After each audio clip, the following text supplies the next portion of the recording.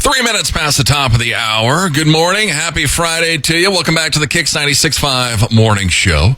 We love showcasing indie artists on the show, and this morning we're heading to Canada to chat with country singer, songwriter Dr. Wally Bartfay. Wally's a professor at Ontario Tech University. He's done a lot of research with dementia patients and music, and during COVID, the music bug struck him again. His latest single, Ball and Chain, is charting around the world. We're excited to have Wally on the show. First, Wally, thanks for coming on. Hey, my pleasure. Thanks for having me, Jeff. And that's a real nice intro. Appreciate it. Yeah, well, during COVID, tell us, Wally, you're sitting around like the rest of us, wondering what to do. You look at the guitar and bam, the music bug hits you again. Yeah, well, it's probably been about 35 years. In my youth, I used to, my first performances when I was just a young lad with my cousin Irene Bella and my sister Kathy. We used to put on Christmas concerts in senior homes in where I was from, Chateauguay, Quebec originally. And my mom and my aunts would bake, some goods for them for Christmas because seniors are often, forgotten about during the holidays, and a lot of veterans. So we wanted to give back to our community. And then in community college, I had a friend, Danny Arsenault. Fortunately, Danny passed away. But we used to play in a lot of college coffee houses and that. And then life took over, busy, school, work, kids, you name it. Yeah. And then COVID happened, like you mentioned. And I was, sitting around. We all had to hunker down, so to speak, at home, and saw the old guitar, decided to dust it off, and started to write songs again. And, during COVID, I probably 30, 35 songs just came to me. And, started to get some connections. I connected with Stephen Wrench and Wayne Killis up in Nashville, music and film. And we did some couple songs, three to date. And one of them, you mentioned Ball and Chain, just hitting the airways. That's my latest release. But another one called It's Friday Night. Actually, it's an amazing journey because just over the past 5 months or so, this week it's hit number 2 on the world indie music chart list, number 2, and number 5 on the Euro indie chart list. So it's been a real blessing, a real journey. And COVID had a lot of negative things associated with it. But for in terms of songwriting and rediscovering music, I guess, rediscovering it, and getting into songwriting again, it's very therapeutic for myself. Yeah. And here we are today. Here we are today. So, yeah. Yeah. Here we are, exactly. And the rest is history. Well, I mean, being a professor, they called you the rockin' prof. So obviously you were still, dabbling with music, or at least performing in front of the students. Yeah. Well, I've been at university here at Ontario Tech University since 2005, and I've taught previously at Queen's in Kingston, Ontario. And when I came here, sometimes, especially for first-year students, they have a lot of anxiety. You have this big lecture hall. You have 150 students, and how do you break the ice, right? Yeah. So the way you break the ice is with music. So I put myself out there, so I'll play a song, or I showed them one of my music videos to break the ice, and it seems to work. It seemed to have worked, and the name, the Rockin' Prof, kind of stuck over the years.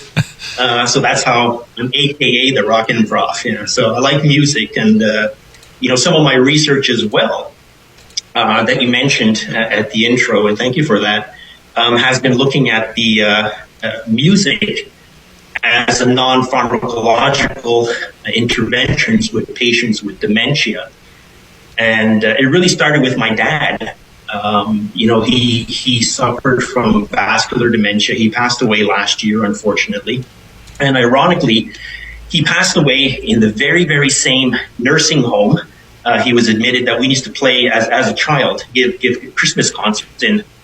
So, I've come full circle there. And for him, music, really stimulates the deep brains of these patients.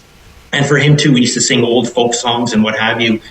and he would be often very disconnected, like a typical dementia patient. In his case, he had advanced dementia. But when he heard a certain song and so forth, he would remember the words, he would light up, he would sing, he would tap his feet.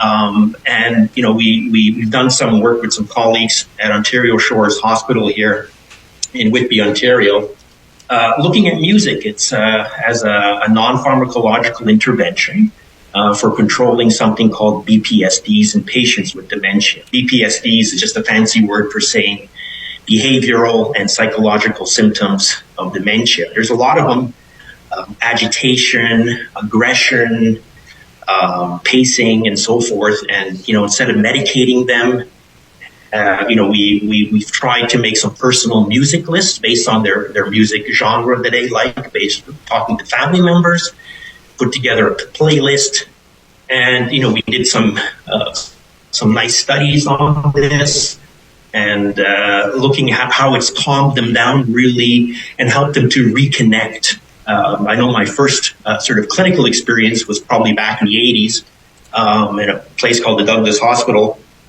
in Montreal area.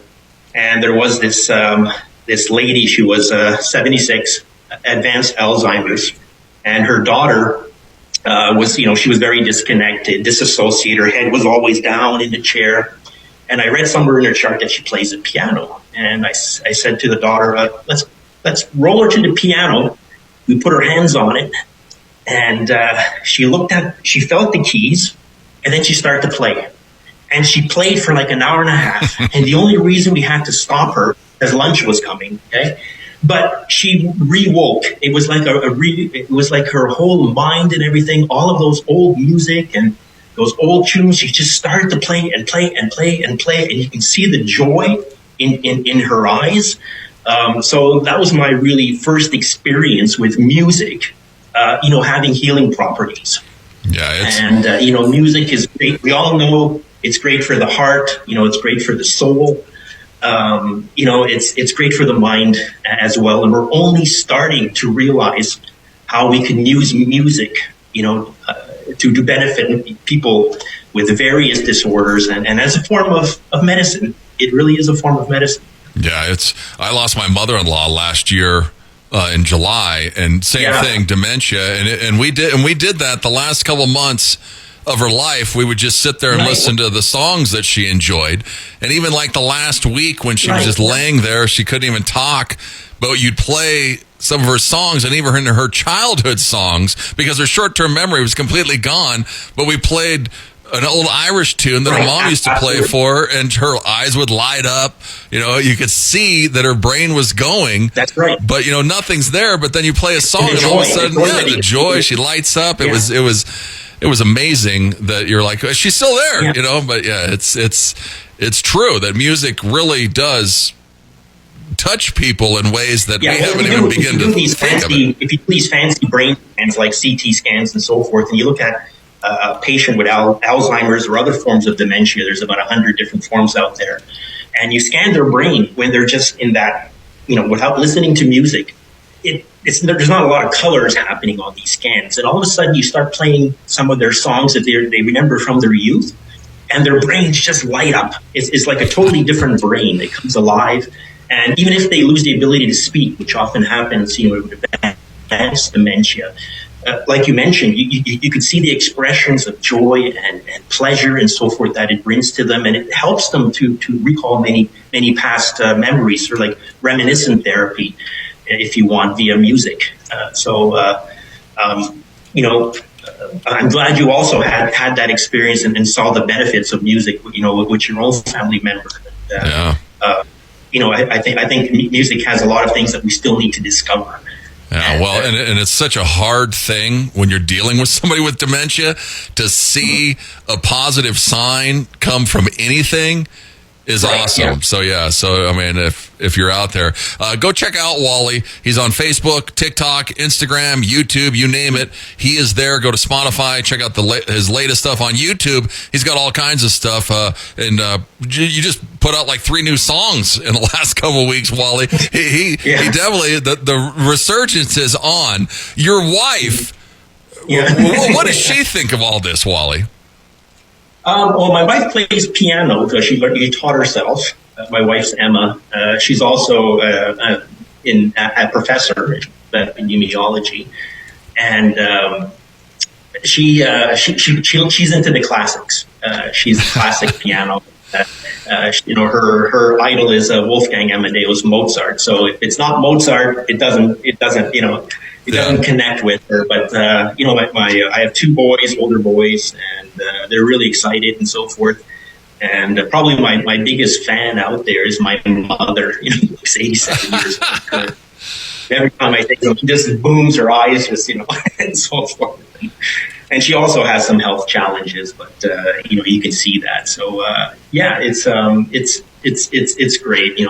Great. I'm just amazed. I'm very humbled with the response I'm getting, and I use this as a life lesson for my students as well. I tell them, a lot of them in health sciences want to go into nursing, medicine, or research, or public health, or epidemiology, or what have you, physiotherapists and other healthcare professions. And I said, when I was a kid, I kind of imagined when I was playing in my parents' basement, I used to play air guitar, right? Yeah. And I couldn't afford a guitar until I was 14. And the reason I bought my first guitar for about $50 Canadian. And I was cutting grass and working in my uncle's Shell station, pumping gas and changing tires and what have you, doing oil changes, anything to earn a buck. And when you earn that, first guitar and earn that money, it really means a lot to you. And I taught myself to play. That's what I wanted to do.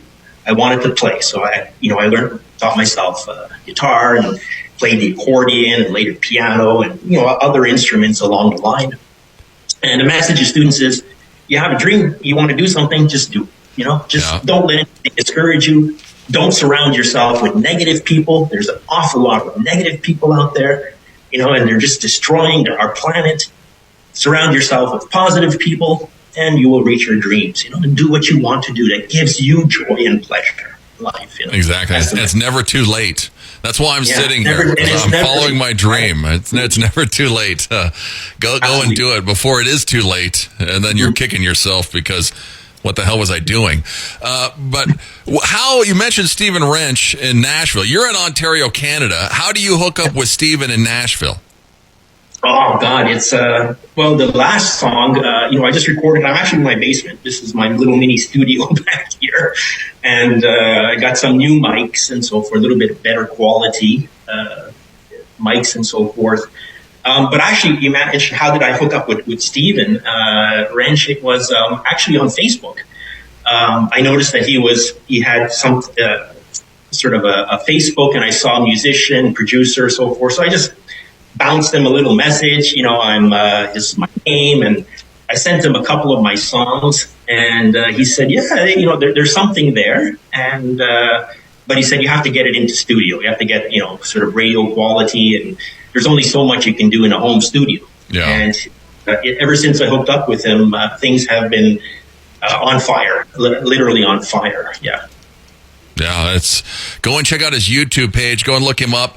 Wally Bartfay. It's Bartfay. He's everywhere. Just type in his name and he'll come up. He's got 3 brand new songs on YouTube. He's got the home studio. He's burning it up in Ontario, Canada. Ball and Chain, your latest single. It's about a controlling relationship, the double standard, lies. Is this a true story, Wally? Yeah, it is. It goes back a couple of decades, but there's I have a lot of life history. I'm not 16 anymore. So we've all had through the years, through the decades, in my case, lots of relationships. Some great, some not so great. You learn from them, and this was something I wrote. Just recently, thinking about something that I came across a photo, and it kind of sparked that idea to write a song about a past relationship, and the ball and chain kind of sort of a metaphor for being tied down, sort of like a prisoner, and the need to break free and to start over again with one's life, and that's what happened. So it's a catchy tune. It's a real catchy tune. It's upbeat, although the subject may be somewhat dark, I guess, breakups and so forth. But in this case, it was very positive, moving on and so forth. So that's why it has a very positive vibe, very catchy vibe, catchy lyrics and upbeat lyrics. Because, you learn from your relationships, you learn from your mistakes. And hopefully you get stronger, you become a better person, and we evolve. And that's what happened to me. You evolve over time as well, and hopefully we learn from all of these experiences. Yeah. And in this case, it was positive. So that's why I wanted to make it a positive sort of positive sounding tune. Yeah. Exactly. And since it's Friday, go and listen to his latest song. It's Friday Night. Like you said, it's climbing up the charts right now. It's on number 5 on the Euro Indie chart. Yeah, it's a honky-tonk song. It's a good country song. Yeah. It's perfect for Friday night, right before your party. Kick a little Wally. Right. You work all week, and it's all about working all week, and just burning off the steam, going out with a pretty girl, the weekend dancing with your friends, having a couple of good cold beers. I mean, that's enjoy life, right? Exactly. Well, there he is, Wally Bartfay. Go and check him out. He's everywhere. Go to YouTube. Check out his latest songs. Here's his latest single. It's called Ball and Chain. Wally, thanks so much for coming on. Hey, pleasure being here. Yeah, thanks, Jeff. Appreciate it. It's KIX 96.5.